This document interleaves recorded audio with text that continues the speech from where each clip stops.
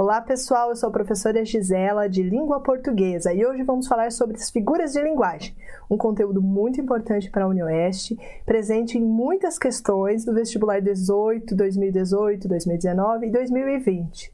As figuras de linguagem também estão presentes não só na prova de língua portuguesa, como também na prova de literatura. É muito importante entender esse conhecimento de figuras de linguagem para responder tanto a prova de literatura quanto a prova de língua portuguesa. Vamos lá então? O que é uma figura de linguagem, tá? Principalmente por que é utilizada a figura de linguagem? Ela é um recurso, expressivo do texto que entra lá na linguagem conotativa, que nós já falamos lá no assunto inicial a respeito da semântica. Vai falar sobre o significado das palavras. Então, quando as palavras carregam um tom conotativo, ou seja, um sentido figurado, distante do literal, elas são relacionadas como figuras de linguagem, certo? Então, elas podem gerar uns conteúdos, estados ou intenções diferentes, dependendo de como eu abordo isso durante o meu texto. Então, o texto nem sempre precisa ser literário para parecer uma figura de linguagem. Pode ser um artigo de opinião, textos jornalísticos. Obviamente que eu não utilizo figura de linguagem num artigo científico, por exemplo. Até porque não cabe esse tipo de situação. A formalidade da língua me proíbe utilizar uma figura de linguagem num texto científico. Mas no artigo de opinião, totalmente livre. Inclusive, é uma forma de iniciar o assunto, a partir de uma ironia ou de uma metáfora. Vamos lá? Então, eu tenho os tipos de figura de linguagem. Existem as figuras de sintaxe, que são utilizadas na estrutura do texto. Existem também as figuras de palavras, as figuras de som e as figuras de pensamento. Nós vamos falar sobre elas, sobre as principais que mais caem no vestibular da UniOeste, e vou dar uma atenção aqui às figuras de som que são em relação à música, ok? Então, quando eu estou falando sobre música, sobre o formato como essas palavras, e também as poesias, tá? Os poemas que caem na UniOeste de literatura. Eu vou ter isso. Por que a repetição de uma determinada sílaba ou de uma determinada vogal pode provocar um sentido diferente ao texto? Então, o poema, bem sonoro, extremamente com ritmo, utiliza muitas figuras de som. Então, é um processo interessante falar sobre isso. Nós vamos discutir mais sobre figuras de som quando falarmos sobre os poemas nas aulas de literatura. Tá? Hoje nós vamos nos ater mais às figuras de palavra e às figuras de pensamento, que são específicas do texto, da interpretação textual. As figuras de sintaxe aparecem um pouco, mas com menos expressão, ok? Vamos lá então, as figuras de linguagem. Figuras de pensamento são esses recursos que a linguagem usa para dar significado às frases. A primeira que eu coloquei aqui, muito importante, que não ocorre somente no texto, prosa, digamos assim, em parágrafos, também utilizado nos poemas, é a antítese. Aí coloquei uma imagem bem legal aqui para a gente pensar o que significa essa palavra antítese. O significado da palavra antítese é oposto, contrário. Então eu consigo perceber, mas como assim, professora? Como eu utilizar algo oposto, contrário do que eu estou escrevendo, pode ser usual num texto, num artigo de opinião? Sim, ocorre muito, tá? Então eu estou falando sobre as ideias opostas. Aqui eu coloquei um trecho de um poema, tá?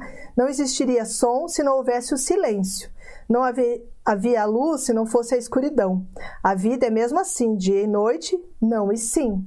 Então, eu percebo que essas palavras que estão grifadas, elas fazem parte de um campo semântico diferente, mas esse jogo de palavras faz com que tenha sentido e significado. Então, eu utilizo essa figura de linguagem exatamente para isso, para fazer com que o leitor consiga entender esse jogo de palavras, essa brincadeira com a língua, muito presente no artigo de opinião, quando o autor quer que você compare exatamente o que está acontecendo em relação àquilo que ele está argumentando. Então, ele apresenta ideias opostas para que o leitor consiga entender. E como isso vai acontecer lá na minha questão do vestibular? A questão vai perguntar assim: qual das ideias abaixo são opostas ao que foi apresentado no primeiro parágrafo? E aí eu penso, nossa, qual será? Então, eu tenho que pensar nessa antítese que normalmente o escritor utiliza, comparando um parágrafo e outro, fazendo o embate, dependendo do assunto, principalmente se ele for polêmico, algo de discussão nacional e internacional. Utiliza-se a antítese, que é uma figura de linguagem bem interessante. Vamos para a próxima. Coloquei aqui a catacrese. A catacrese entra como figura de linguagem da estrutura da língua, certo? Eu coloquei aqui, a gente não utiliza ela muito num texto, num artigo de opinião. Ela aparece, obviamente, muito mais na literatura e nos seus entendimentos, certo? Então, no texto jornalístico, foge um pouco ao texto jornalístico, mas na literatura ela aparece com muita frequência e ela precisa ser entendida para que possa ter um significado. Ó, eu coloquei lá que é o emprego impróprio de um termo por não existir um termo adequado para designar ações e objetos. Como assim, professora? Eu utilizo um termo que explica o que é esse objeto. Eu coloquei lá o alho, né? Dente do alho. Obviamente não é um dente, é impróprio utilizar isso, mas já é aceito na língua porque não tem outra palavra para utilizar. Um dos escritores mais famosos por criar palavras, inventar, utilizar esses empregos impróprios, e aí até é um novo termo que se chama neologismo, é o Guimarães Rosa. Então ele vai, a partir dessa catacrese, ele vai criando palavras novas. É bem interessante observar. Se você não entende o sentido da catacrese, fica difícil entender a interpretação dos textos de Guimarães Rosa, que é muito presente no vestibular da UniOeste. Vamos lá, a próxima. Eufemismo. Suaviza a expressão. Olha lá o desenho que eu fiz, né? Que eu recortei aqui para vocês. Ele não é muito sábio, né? Eu vou suavizar. Eu não vou chegar e falar que a pessoa é burra, né? Não é inteligente. Eu suavizo isso. Eu uso o eufemismo. O eufemismo é muito utilizado para o convencimento das pessoas. Então, você vai encontrar isso, sim, nos textos jornalísticos, porque um texto argumentativo precisa convencer o leitor. Então, o eufemismo é uma forma de você convencer com cuidado, quando você vai falar sobre alguma coisa. Então, é presente na interpretação de textos em quase todas as provas, o eufemismo. Você encontra, essa frase é um eufemismo em relação ao que acontece no país. Até nas provas de história, de geografia, nesse termo vão aparecer essa figura de linguagem, porque ela é muito presente, então, na discussão de interpretar o texto e compreendê-la, tá? Então, o eufemismo suaviza a expressão. Eu acho que o aluno não tem muita dificuldade de entender que está suavizando, ele não é muito sábio, ok.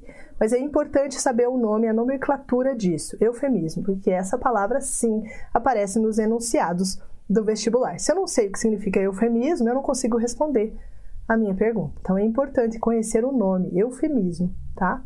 Que suaviza. Vão lembrar disso, não vão esquecer. Ó, figuras de linguagem, hipérbole, que é o exagero. Aqui na imagem, né? Vive nadando em dinheiro. Obviamente, quando você diz isso, a pessoa não está nadando em dinheiro, mas é sempre o exagero. O exagero, a hipérbole, então, é o que normalmente se utiliza nos textos, porque isso dá todo um significado ao seu texto, no sentido de compreender muito além do que está escrito, certo? Quando eu uso nadando em dinheiro, eu já estou estabelecendo de onde veio esse dinheiro, por que essa pessoa tem tanto dinheiro, como coloca esse dinheiro no assunto, por que isso entrou no contexto. Então, ela busca uma bagagem muito grande do aluno. Então, é importante que quando o autor usa uma hipérbole, ele está esperando que o aluno compreenda de onde veio tudo aquilo, por que ele usou o exagero, né? Rios de lágrimas, né? A pessoa chorou muito. E quando você usa essa expressão, é porque realmente você quer que a pessoa compreenda os motivos que levaram essa pessoa a chorar tanto em relação a outro que não levou ela a chorar. Então, a língua portuguesa tem muito isso. Ela é uma coisa por não ser outra. Então, toda vez que aparecer o exagero, eu tenho que pensar, mas por que isso é o exagero e outro não é o exagero? Outra situação não é. É muito presente isso nas provas de UniOeste, esse fazer pensar, o aluno pensar. Não está escrito no texto isso, eu vou ter que pensar, vou chegar a essa conclusão, está na entrelinha de cada parágrafo. Por que se exagerou sobre esse assunto e não se exagerou no outro assunto? E isso vai aparecer nas questões. E eu preciso entender o uso da hipérbole dentro do meu texto. Então, eu uso a hipérbole quando eu quero enfatizar exatamente esse exagero. Chega a ser jocoso, chega a ser uma piada você fazer um exagero às vezes no texto, mas é proposital. Nunca é porque a pessoa não tem conhecimento, tá? É proposital. É realmente para provocar um espanto no leitor. Aí aqui a metáfora, né? Coloquei lá uma criancinha com asinho. Ela é um anjo. Obviamente, né? Não vemos as asas das pessoas que dizemos que são anjos. Então, esse é um sentido figurado. Vamos pensar um pouquinho aqui na metáfora, que é um assunto muito importante. A metáfora é uma comparação em que eu não utilizo uma conjunção para explicar. Eu não vou falar que ela é igual a um anjo, como um anjo. Eu não tenho essa explicação, eu só falo que a pessoa é um anjo e pronto. E isso é uma metáfora, é você tirar toda e qualquer palavra que possa apontar que é uma comparação, e as pessoas que estão lendo têm que entender pelo contexto as metáforas. Muito utilizada para que alguém possa se sair de um discurso, tá? Prestem atenção nisso lá dentro das questões e no texto. Às vezes, está escrevendo o discurso, escreveu, realmente pensava aquilo de uma determinada pessoa, sujeito ou objeto, e aí dá-se a desculpa de uma metáfora. Ah, não, foi uma metáfora. Então é de fácil acesso utilizar a metáfora como desculpa num texto, num contexto, num enunciado. E aí o leitor atenta e fala, não foi uma metáfora, foi uma construção ao longo do texto. Por exemplo, se fosse a respeito de um anjo, ia falar as características que um anjo deveria ter. É bondoso, está sempre à disposição, ajuda as pessoas, protege. E aí, no final, ia falar que é um anjo, né? Na literatura é bem presente isso, tá? Principalmente nas literaturas clássicas, a presença da metáfora. E aí vem a metonímia, tá? A metonímia, eu coloquei aí uma imagem, ó, o leitor lendo muito. Gosto também dessa leitura, uma leitura de formação juvenil, né? Agatha Christie. Ele gosta de ler Agatha Christie, né? Uma escritora que vai escrever romances policiais. Por que ele não falou ele gosta de ler romances policiais? E sim, Agatha Christie. É uma metonímia, porque eles pegam o autor, né? Pegam uma parte e utiliza como se fosse representar o todo. Então, utiliza o autor pela obra, né? A obra pelo autor, poderia falar, ele gosta de ler, e aí coloca o nome de um romance, entre outras coisas. Eu vou usar a metonímia nesse sentido, a parte pelo todo, ou o autor pela obra, ou vice-versa, a obra pelo autor. Tipo assim, ele gosta de ler Machado de Assis. Normalmente os alunos têm dificuldade de ler Machado, né? Falar, ele gosta de ler Machado de Assis, né? Será que alguém gosta de ler ou lê por obrigação o Machadão, né, de Assis? Tem que passar pela Agatha Christie para conseguir gostar do Machado de Assis, né? Que é um romance mais juvenil, policial, e que vai te dar um caminho para você compreender. Então a metonímia vai explicar isso. A obra pelo autor ou o autor pela obra, tá? Em vez de falar ele gosta de ler romances policiais, ele gosta de ler a Agatha Christie, que é só esse tipo de obra que ela escreve mesmo.